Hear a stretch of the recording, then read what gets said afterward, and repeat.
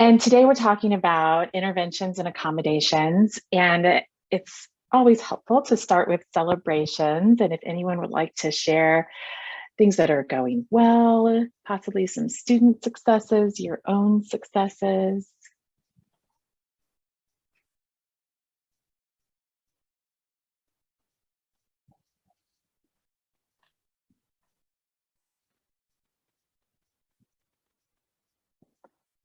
Possibly no. That's okay too. We can share something.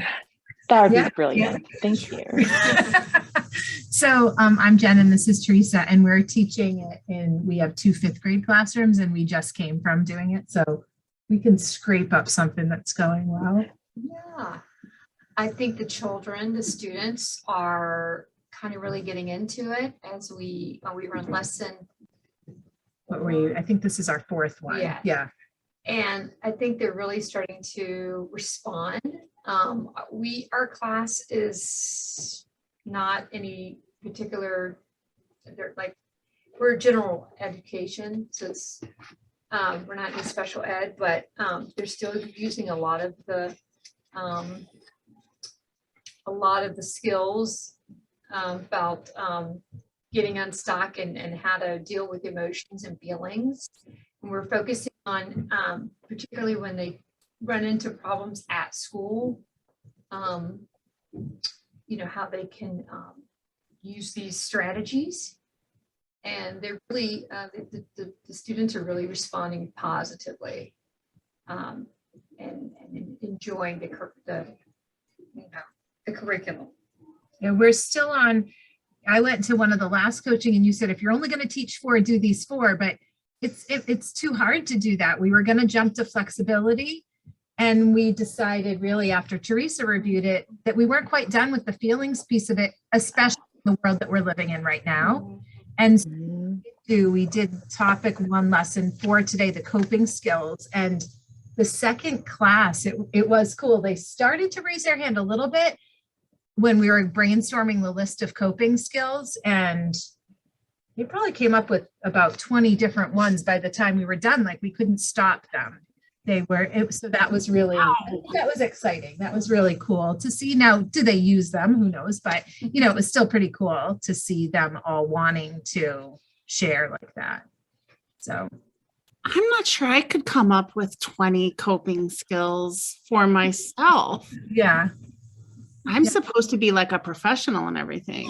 Maybe it wasn't 20, but it was a lot. It was a lot. Great. Yeah. So how much more of the school year do you have left? We have 7 more weeks, including this week. So we really do want to get, we're going to jump flexibility because we know that that's the meat of, of the executive function. And this is important too. It's also important. It's hard to, but yeah, hopefully I would hope for 4 more lessons. Mm-hmm. If you wanted to give us feedback for what you'd like us to do for those 4 lessons, I'd be happy to do, if you want to give us that much guidance, because we're really trying to, when I was in the first one, I stopped at one point. I said, I'm sorry, I have to stop and read a little bit of this because we're trying to do it to the way that you've written it. And we have some thoughts on that we can share and ask questions later. But yeah, we'll probably have 4 more lessons.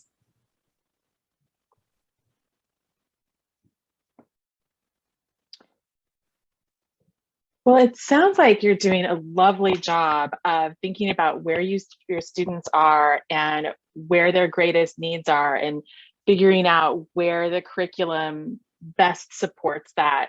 And Unstuck provides that kind of flexibility. So that's the really great news. I didn't know, Laura, if there are other lessons that teachers should prioritize at this point. We could circle back to that. I'm just looking. Okay.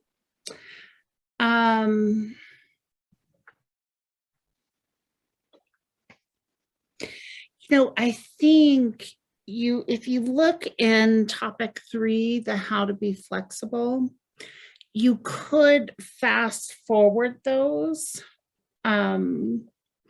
into more quickly covering those concepts like plan A, plan B, and big deal, little deal. And if you need to skip a whole concept, I would maybe skip choice, no choice. And then expect the unexpected. You could kind of include a little bit of that in compromise. So in that way, you don't have to go right through the book. And you can also kind of decide what seems most engaging for your kids. One thing you could do is do the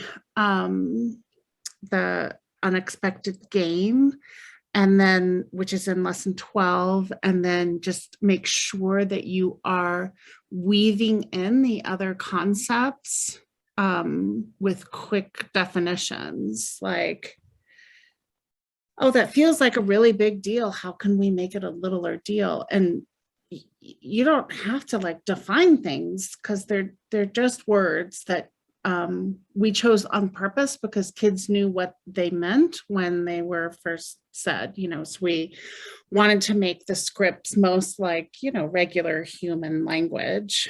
And then I would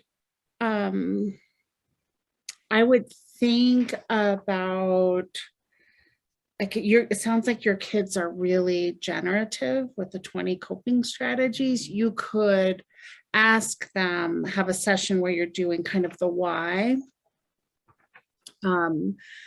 be flexible, which is topic 4, and then maybe do at least one on a goal, why, plan, do, check.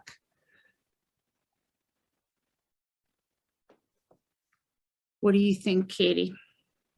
Yeah, I think that would be great. And there's also, in case you haven't been at one of the prior sessions when they talked about this, but on the Unstuck and On Target website, there's also like some videos and stuff of that, including some of those might help you move through the content more quickly too. So those resources are available to you. And are those videos that we would show the kids? Yeah. Mm-hmm. Oh, okay. I always go to the website that's in the book to get to the bricks download. So maybe that's a different place. It's a different place. Okay, so I need to do that then, because it might be, I mean, I do try to not have them like just us talking, them answering back, like in one class. The other thing too is, and I don't know, if you want us, I see there's some other people on the call, so I don't want to monopolize, but we do have some questions, and trying to do a lesson in half an hour is nearly impossible. And that's what we're trying to do. So I think we're both really excited for next year, like our toe, like our dipped our foot in the pool kind of thing. And we can't wait to do it next year so that we can do the whole thing and just see. But the other thing is that doing it in a classroom of 25 kids is challenging. Oh, yeah. Versus if we were to do it in smaller groups, but we still want. Oh, So that's how, yeah, we're doing it in a whole. I see. I'm sorry. I didn't. Oh, no wonder you thought 20 wasn't amazing. You thought 20 coping skills. Right. Yeah. I see. Yeah, we're doing it whole class. Okay, so whole class, that actually requires a little bit of a different answer. Oh, so okay. How about this? Because you just can't fast forward through the content in the same way with a whole class as you could with like 3 or 4 kids, right? So let me think about that just for a minute, and then maybe Katie, you could. I think when people join, they can't see the previous chat. I think that's true, or at I least think that's true. it's generally true for me. Maybe you could just check in with the other people who have joined with Yeah. the celebrations, and then I'll come back We'll to circle back. the full classroom Mhm. question, which is a Yeah, great question. it is. So we're still really at the beginning where we're talking about celebrations and things that are going well, student successes, your successes, and we'd love to hear about those celebrations if you have any you'd like to share. And it's okay to stay off video and still share. So don't feel like you have to be on video to talk. Hi there, this is Allie. One thing I just want to share one thing I really love. I don't know, I guess it's a celebration. I love the mystery words, and I've had so much fun with all of my groups with that. And so I do a GT group and then 2 special education groups with it. And across the board, they all have so much fun with that, the mystery words and just figuring it out. And I think it really helps those words stick in their mind. So great job on that. Excellent. Thank you for sharing that.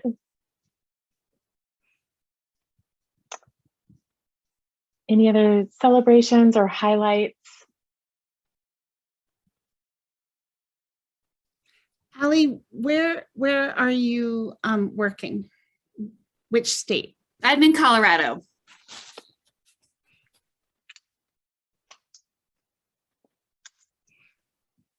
And Rebecca, if you don't want to unmute, if you could just put where you're from in the chat. Yeah, sorry, I'm in between a bunch of things, so trying to eat lunch and don't want to do that on camera. Totally get it. I'm also from Colorado. Okay. Great. And so was Mary, our Colorado contingent. Okay. All right. Well, I think we can keep going. Gary, if we could advance the slides, excellent. So what we'd really hope today is that you might have questions we can think about together, case examples, or maybe something you've just started thinking about, and all of us can think together about that as a way to better understand accommodations and interventions and think about them. And if we don't have those kinds of examples within the group, Laura and I have some that we can share as well. And please feel free to either share them vocally, or if you'd like to put it in the chat, that works as well.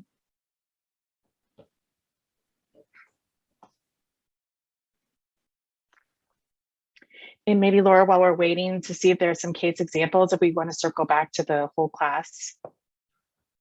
Yeah, I mean, tell me what you think about this, Katie. Yeah. I think you're trying to work them into a whole class in half an hour. I would probably just go through the what is flexibility lessons. So just kind of keep going in order. Lesson 5, 6, 7. And then if you wanted to, because I think it's a little hard to otherwise really move quickly with that many kids. And then for your final session, because you said you thought you could work in 4 more classes, right? So I would do 5, 6, and 7. And then for your session 8, I would sort of move up the flexibility party idea, which is something like what you kind of, do in the event planning. You could just do it with, something creative that you can think of that, like, making something with pipe cleaners, or eating Twizzlers, or, anything silly putty.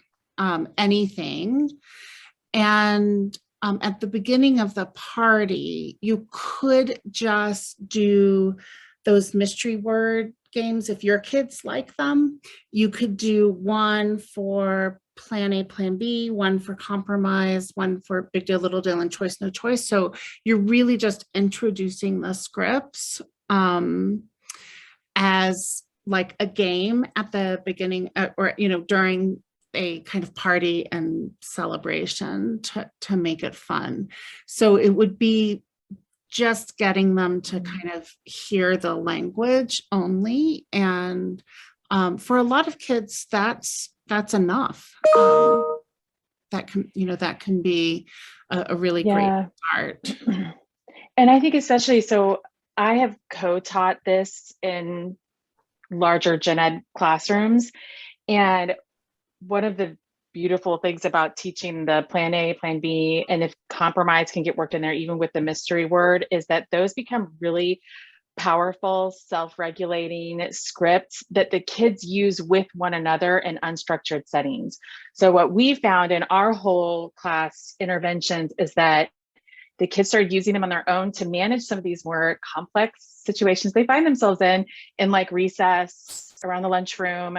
And then it really became its own contagion as kids brought those situations back to the classroom. And then they would say, like, we were out of recess and my friend said this, and they start talking about it. And then other kids would say things like, oh, maybe it is a good idea to be flexible. Like, yeah. And it's just, so that can be really powerful. But I agree with Laura here too, that having that core language around flexibility and getting stuck can be really helpful. And especially like Laura said, between the number and that, even at 20 with that number of kids, it still sounds like it's a pretty generative group. And so maybe some strategies that help contain conversation if they're getting kind of, it's so tricky because when they're excited about the ideas and it's getting its own like social life within the classroom, right? That's hard because I get that. You could do, if you felt like you had time, because it sounds like you could kind of play on their competitiveness. So you could do the mystery words and then pull the lightning rounds from the beginning of the next lesson, which is like, the Jeopardy question kind of thing. So you could make it like really, really like a game. So they're just introduced super quickly in the mystery words, and then you could pull one question from each lesson for the lightning round. Are you saying that would be something that we do in that last session, or that last session? Yeah, I think we could do longer than half an hour if we plan it ahead. And it sounds like that would be a really fun way to wrap everything up and to make sure. I love your idea of using the mystery words to throw in the concepts. One class today, we said something about plan B. I don't even remember who said it, but I said something didn't go quite right. That was our plan. Our plan always is this, but we always have to have a backup, a plan B, and I just said that. Yeah. So just, for them to hear it. Yeah, that's great. Yeah. Perfect. I would love to hear how it goes. Yeah. Yeah. I know that as part of the research I don't remember who's going to watch us. Laura. Oh, so it's you that's going to watch us. Oh, okay. All right. So then you get to watch us. All right. It could be me, or it could be Laura Campos. You know what? That's who it is. But if you all are interested, you're welcome. I don't know how it works. I am super interested. Chelsea, do you think you can hook me up? You could even, are you in Colorado? Or are you? I'm in Colorado, but you're not like, 2 hours. Yeah, you can like come in person then. That would be far. Yeah. Okay, so that's great. Thanks for pushing our skills. Katie, do you want to maybe go through a case example if nobody has specific questions about their own students? Yeah, and maybe before we go to the case example, because I asked about other case examples, but maybe even if there are questions about accommodations as a concept or something you saw in the module that you were wondering about or had questions about, any of that just from a concept standpoint.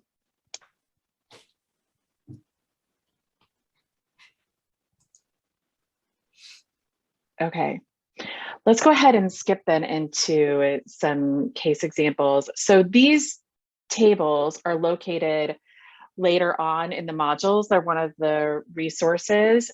And this is Carter. So we first meet Carter in module 1, I think, or module 2. And have all of you seen this table before, or is this new? It would be in the online training, not, Yes, yeah, sorry. not in the manual, just to be clear.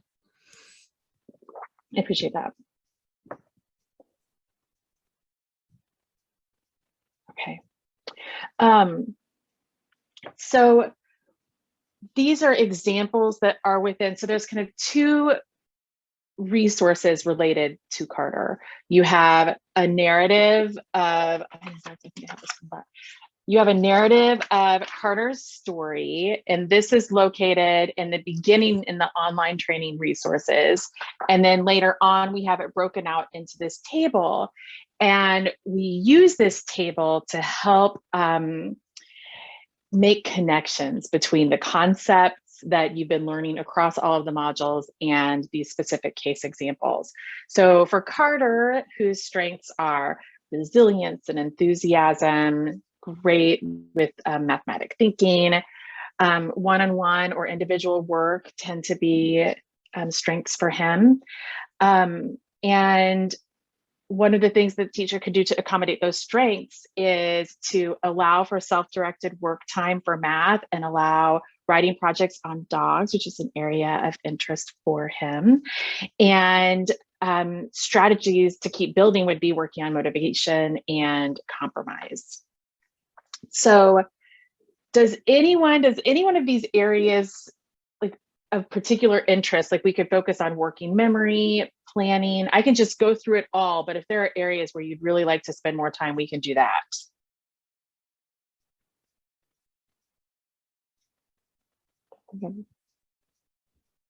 I'm interested in talking about the planning because I have a kiddo who's really struggling with that right now. So happy to. We can definitely focus on planning. Would you like to share more about what your kiddo is experiencing with planning? We can just focus on Carter as well, whatever would be most helpful.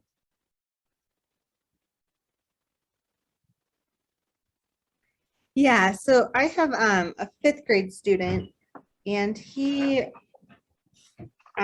on an IEP. It was kind of an interesting situation where he qualified while I was on maternity leave, so I wasn't a part of the evaluation. So I kind of came in then this year, but not a part of like identifying really what was going on. And so he does not have like any official diagnoses, but he does get speech and language services for expressive and receptive language difficulties. And he just seems to me, I mean, attention and focus is an issue, but I think there's like more underlying executive functioning difficulties because he'll seem like he's paying attention and we'll like read through the assignment together or read through like a paragraph together and, you know, pull out key points. And then by the time he gets to what he needs to do, it's like he has no idea where to go. Does that make sense? Mm-hmm. So like he'll seem to get it in the moment and he'll be like, yeah. You know, he'll be able to repeat things. And then by the time it gets to actually producing work, it's like the steps in between that he's really struggling with. So his annual IEP is coming up next week, which is why I was like, oh, I would love to jump on and get your guys' thoughts about what we can put in place because he's going to middle school. And and I want to set them and him up for success. Oh, thank you for sharing that. I think that's a really helpful case example to explore together. So it's also sounding that maybe it's possible working memory could be an area of difficulty for the student as well. And the good news is that similar accommodations can support both planning and working memory. Okay. So especially where it's possible to provide written directions for the plan. So, you know, if it's an assignment, if he's been given oral instructions, you can also supplement that with something that's written. And it could be written on the board or something that's directly in front of him. And then it's tricky because with the transition to middle school, that gets more complicated, which I'm sure you're probably already thinking about. Yeah. Laura, did you have any additional thoughts on the? Oh, I think you're on mute. Thank you. Helpful accommodation there. One of the things that I think could be helpful to get him particularly ready for middle school is to practice breaking down directions and taking notes on them. Unless he really hates writing or typing. So sometimes that can be an issue, but I have worked with kids where if the directions are written down, we kind of do a dissection of the instructions. So like you might circle one thing and underline something else and then number the steps if they're not already numbered. And sometimes kids can really benefit from turning that dissection into steps that you can check off as you go, which is often not how the directions come in middle school. So that can be a way to kind of get that skill in there. I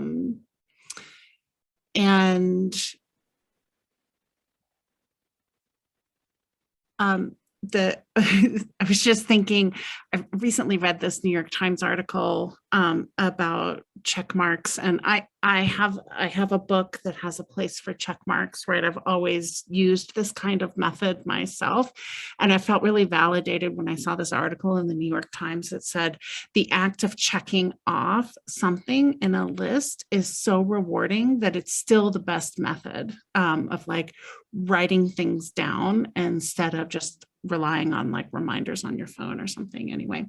So I know I sound super old school, but I mean, if the New York Times says it's a good strategy, I feel like, you know, maybe I was onto something.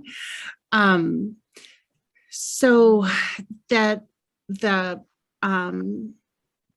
planning part that I would include if the student is also a little bit resistant to, I don't really want to get good grades, so like that's not my motivation or that kind of thing, you might have to do the planning process or do a few go I plan do checks around things that he really does want.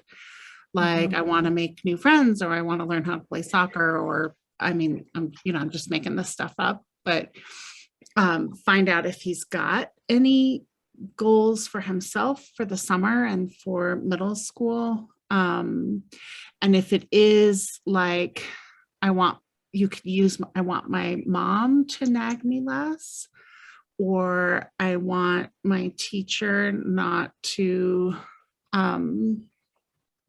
not to give me zeros when I forget to turn in my homework or something. Like if there's anything about even around doesn't have to be academics, you can then move to that bigger go by plan, do, check kind of rubric. He is not a resistant kiddo. It's kind of the opposite, where he'll be like, yay, I got it. I'm doing a great job. So what I like about that idea is then he could actually see like, yes, I did check it off and I did do it, instead of it being more abstract of like, yep, I'm sitting here, I got my eyes on my paper. So I like turning that into like a concrete thing for him. I think will work really well for him. So thank you for those suggestions. That's really helpful. And I'm wondering too, since he's receiving speech therapy for receptive language difficulties, I would want to collaborate with her as well to see like what receptively, where is his actual capacity right now? Especially since he's a kiddo who really cares about doing well. You know, these moments, if he's really missing pieces, that's probably really hard for him too. So if the elementary school team can get as much clarity as possible around like, where is he receptively? Like, at what point does he hear directions and he's really successful? And when does it start to kind of break down, so that your team can be really clear with the middle school team, like what's a can't, so that the middle school team knows this is a can't, not a won't. And that alone can make a big difference, because I would also worry that this kiddo could hit 6th grade and all of a sudden he's getting lower grades because, and I don't know how your school system is, but sometimes school systems, like you get variability across teachers. So some teachers start folding in classroom participation becomes a part of a classroom grade. Some teachers start like counting it separately. So, and so for kiddos like this student, you start getting this weird sort of deteriorating and like splintering out in grades that can be disorientating for the kiddo and the parents. So, you know, just the providing the information can be its own intervention in a way. But, and then when collaborating with the speech therapist, she or he might even be able to start doing like testing things out. Like, what are strategies like in that one-on-one setting? Can she state a paragraph and this student can like highlight keywords? Like, she can help do some of the like teasing out, like what is going to be like a strategy that's really works, and then collaborate with you guys on that. Great. Thank you so much. You are welcome. You are welcome. That's a great example. Yeah, but especially the more I think about it, it's that receptive language, working memory, and planning combination. It's really important one to focus on. So I'm glad you're thinking about it. Any other examples that as we're talking about this, maybe you're thinking, oh, wait, I have one. We can keep talking about Carter then. So for Carter, for planning, he is skipping steps. He has trouble getting started. So breaking a task down and making the big picture explicit is really helpful for him. And oftentimes we can use the GWPDC to help make that big picture explicit. I work with a lot of kids who have trouble, like they just don't understand that they can be a part of making like a more a classroom environment that's more conducive to learning. They just aren't making some of those connections. And there are some students for whom once those connections are made and they're made explicit, that helps encourage some of the motivation to buy in, like, oh, okay, so I can do this. So making that big picture explicit can be really helpful in a lot of different ways. So working memory, having trouble tracking the teacher's spoken directions, which is exactly what Rebecca was describing. Like it just gets kind of lost. You might especially see like the middle part gets lost, or you know, maybe the beginning to the middle part gets lost and the last part is there.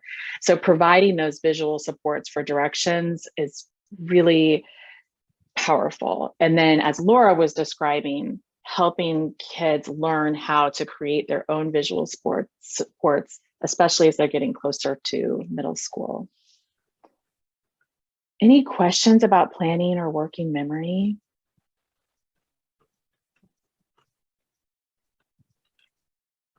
Okay. The only thing I would add about planning is that sometimes we don't realize how small we need to make the steps. So don't be afraid to really make a list for some students where it's just like, you know, get the piece of paper, then do this. Like sometimes we have to break it down into that smallest step. And like Laura said, gives you more opportunities to check it off and say, okay, yeah, I'm getting there. This is all progress.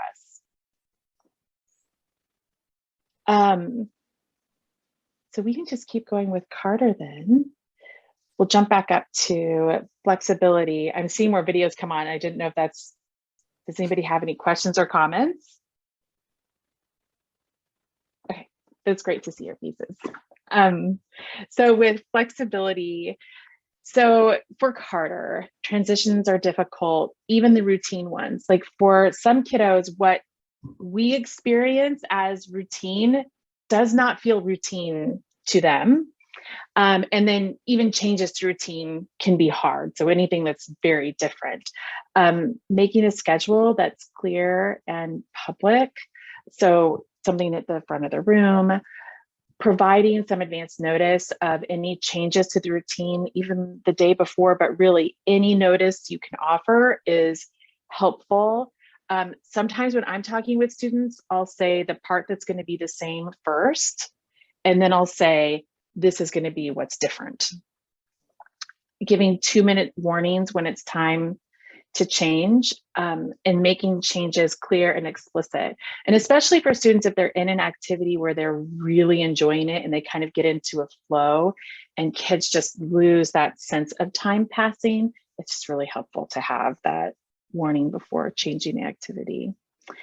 Some of the strategies that can build this skill are why be flexible, all of the self-regulatory scripts that are taught in the lessons, and coping skills, because when our expectations aren't met, it's just really disappointing. And learning to manage those emotional experiences is really helpful. Any questions about those accommodations or strategies for flexibility?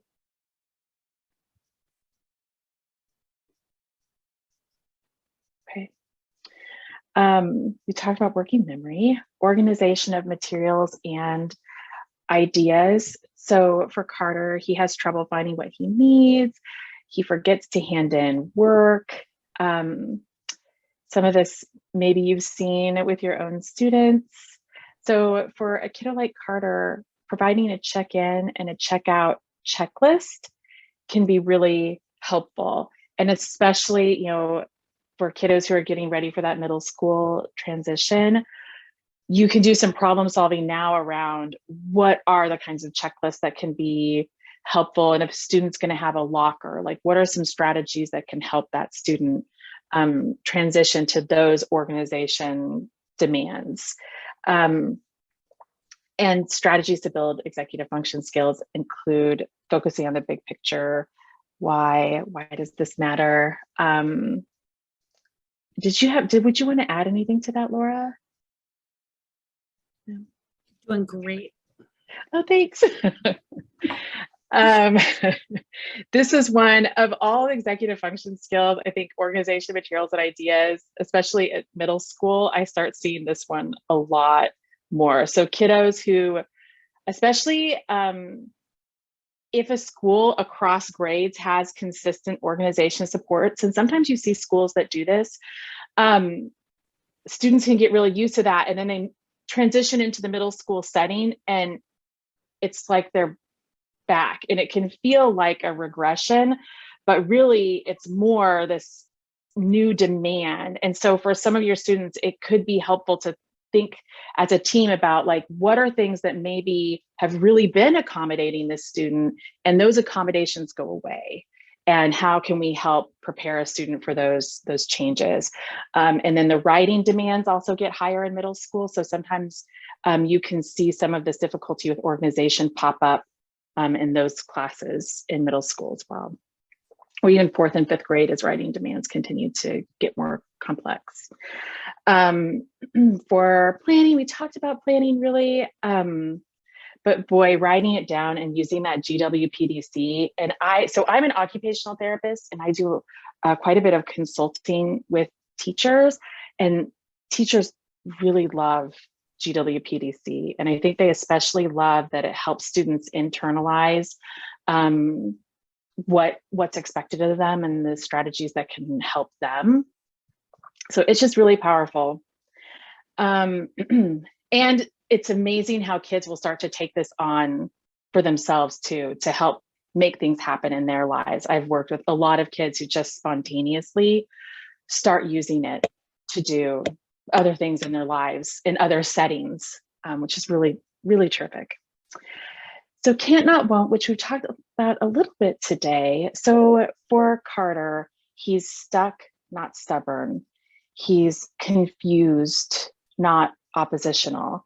And so especially again, and kids who are transitioning really anywhere from grade to grade, and all of us are at that place right now, helping the future team understand those can'ts, not won'ts are really, really important.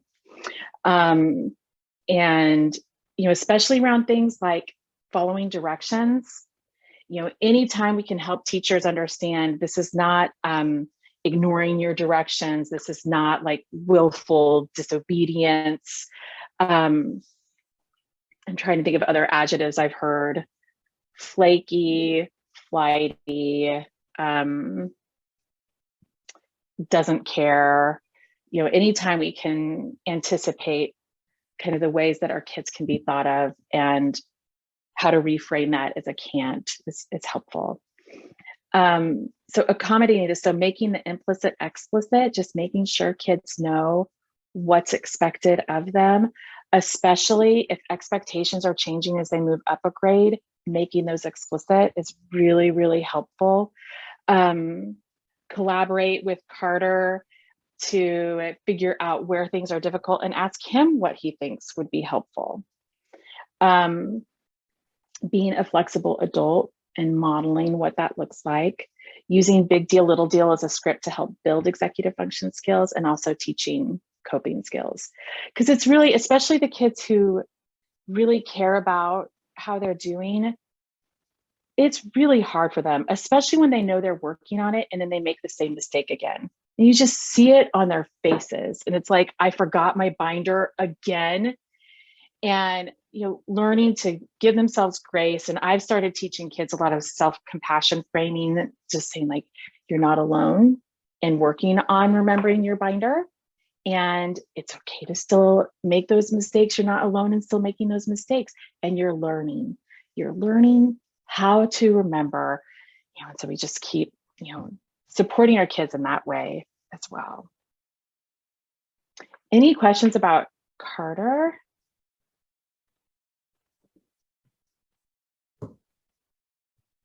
Any of your own students who've kind of come to mind? And I know Jen and Teresa, you guys had said maybe you had some questions too. If we have time to include those, I'd love to circle back. Teresa had to leave, but I'm still here. I wrote down a question, but I don't remember what I wanted to ask or what it meant. But one thing I was curious about, which is not related to this, but the use of the tallies. And I can see how that could be very useful in a small group. And there's such a emphasis on it, and we're doing it. I just don't know that I feel like it's kind of willy-nilly that I'm giving them to them. And we even have a thermometer that our art teacher drew, and that was really cool. So I guess just any comments on that? That particular strategy, the tallies, we kind of took from the good behavior game, which is old because I'm kind of old, but it was a whole classroom reward system that was pretty flexible, and it's where the class is earning a class reward, like a flexibility party or pizza or something, with the thought that the kids together are trying to get to earn the thing, extra recess, or like, I mean, it really, it's amazing, you know, of course, you know what they'll work for. It's great. And because there's no tallied loss for misbehavior, in this case, because it is a whole classroom kind of, you know, taken from that whole classroom model. So doing it without response cost kind of protects you from some of those risks, that, you know, if one kid really is a derailer, then the whole class isn't paying the price. It gives you this special opportunity out there kind of in the classroom or even in group, that if you have somebody, you know, you have a kid who's maybe derailing or distracting, and another kid tries to help that child redirect back to the task at hand, that is a way to give a reward, right? Because they're supporting each other, which is really wonderful, instead of, you know, instituting a consequence. Now, of course, if the derailer throws a chair, you don't have a choice. So I'm not saying it's always possible, but that quick kind of catching them while they're being good, can be really helpful. I would say with 20 kids, if you could have anybody else there who was doing tallies, like if you could get some support. I've seen it work where one partner is kind of doing the tallies as the group is going on, and they'll just kind of point to the kid eventually once they kind of get what the system is about. And it's like, all right, like that kid offered information, you know, answered a question or made a guess or cheered for their classmate. And then, you know, you're just kind of layering those tallies on. Do you feel like I answered your question, or? Yes, I do. And we kind of do that. We'll bounce off of each other. I think part of it is that we haven't even had the time. We haven't had the time to do it with the class, or even to talk to the teacher about what are they working toward, because they don't even know yet what they're working toward, because we're like, I have to get this lesson done. So we don't take the time to talk about that. And in one of the classes, the teacher already does a really great kind of group reward thing. So my hope was that the teachers would also be trying to help them get more tallies. So that's something I also talk with them about. I mean, they're excited about it. They love to see when the tallies go up. And so, yeah, there's just some stuff I guess we need to work out with it. Yeah. And when I've done this in the co-teaching whole class situation, my co-teacher and I would also use the tally distribution to manage pacing. So if she would identify that we were getting on track, she'd go like, Mrs. Alexander, I need to make sure we give some tallies out. I see this student doing this and this student doing this. So let's get all of these tallies. And you know what that reminds me of? And then she could help us, like if we needed to like move the group into the next topic, then we could use that to help pace it. And we did do for the tallies, because it's been my experience working with teachers, different teachers have different ways of like running their classroom community. They're like little cultures in a way. And so I've had teachers collaborate with me in different ways on assigning what those rewards would be. And this teacher in particular, she did a lot of rewards related to the workload in class. So she would give like homework passes when she could, you know, things that, you know, when you work hard inside the class, it's kind of a logic-based reward system. When you're working this hard in the classroom, maybe we shouldn't have to do so much homework. So let's take some of that, you know, and that was a way that we did some of those rewards. And sometimes it's really lovely when you're doing that kind of co-teaching whole class model. You can create some of those rewards that have that kind of value and connection to the classroom, which can be really fun. And the kids love that, or like a pajama day. You know, that kind of stuff. Thank you. Yeah, thank you. It's really helpful. How are we doing on time? We We're almost there. yeah. Do you want to maybe just show a little bit of Marisa? Sure. I think so. Marisa starts on slide 7, Gary. Oh, there she is. And then part of her table is on the next slide too, Laura. I didn't know if you had a particular. It was readable. Okay. I like that. I was just thinking that she is pretty different than Carter. That's true.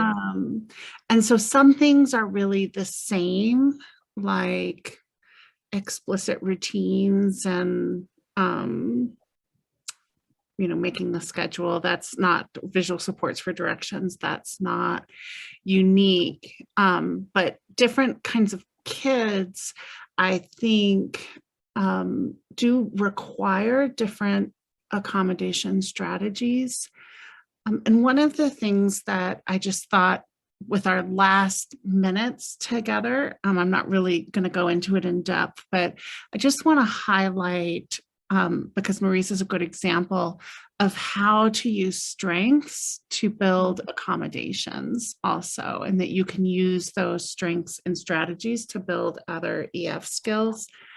And I think that's usually kind of where I recommend starting if you're thinking about a student who is struggling and might need some accommodations or additional strategies, that if you can start building from the strengths, starting from the positive, that's a really powerful place to launch from. So I don't think we need to go through anything because you all have listened to us very carefully, but I just wanted to kind of make that point. And kids can be, they're really different. One kid's difficulty with flexibility isn't going to necessarily look like the next kid's difficulty with flexibility, for example. That's true.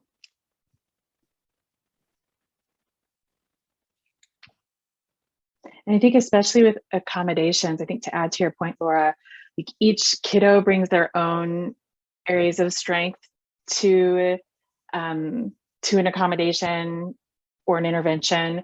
And also each teacher is bringing his or her own strengths and then their own resources too. And so sometimes the accommodations are they're like little innovations everywhere, like just working with what you have. And it can feel uncomfortable sometimes because you're not following a recipe necessarily, but you're still on the right track when you're, like Laura said, when you're starting with a student's areas of strength and you're building with what you have. That's a great start for building accommodations and supports.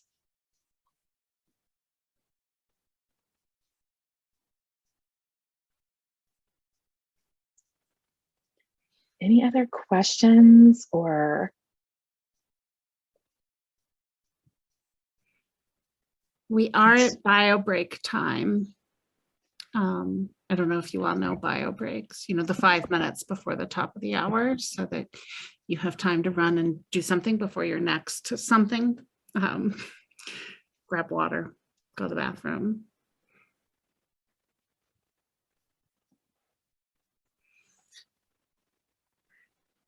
All right, Jen, I did get the invitation to the observations, so I will see you in action soon. Thank you so much for inviting me. Yeah, we're happy to have you. I know I had some question about, I wrote down parents and I can't remember why I wrote down parents. Maybe because I think we got an email asking if we had been in touch with parents, but I guess maybe this is more for one of the research assistants, is I had provided emails. So I kind of assumed that you all were in touch with the parents and that I was just kind of doing my side of things. Yes, I can speak to that a little bit. Okay. So we really appreciate that. We have been reaching out to all of our implementers just to check in. So that's probably the email that you received. But we are just checking to see if you have let families know, if you've let parents know that they can participate in the research side of the study and fill out a couple of questionnaires. And then I believe we sent you that link that you can provide them so that they can input their email and contact information. And if they do that, and if they say they're interested, then we reach out to the families from there. Okay, because I feel like I sent a bunch of emails to parents early on. Maybe somebody can just let me know if you heard from enough parents from our community or something, and if you need me to reach out to more or something. Yes, I absolutely can. Yeah. One thing I haven't done, but I want to do, but always run out of time, is send some of the home practice. And I haven't done that. I don't know if other people have done that are using, maybe there's nobody left on that's using the program, but I do really want to do that. So it's my intention. We'll see if I get to it. So. And you found how to get those electronically, right? If you want to, put them up in Schoology or whatever anything you use. Make it easier, wouldn't it? You Would can that definitely do that. website? They are on the Brooks website. Yeah. Okay. Yeah. Yep. I can. Yeah. And then they just come as PDFs, and you can put them all. You can put certain ones. You can do it however you want. It's a really good idea. Actually, I could just send an email to the entire 5th grade, all the parents, not just, yeah. Okay. Thank you. Wonderful. Thank you all so much for your time today. This was Yeah, really, thank you. this was really great.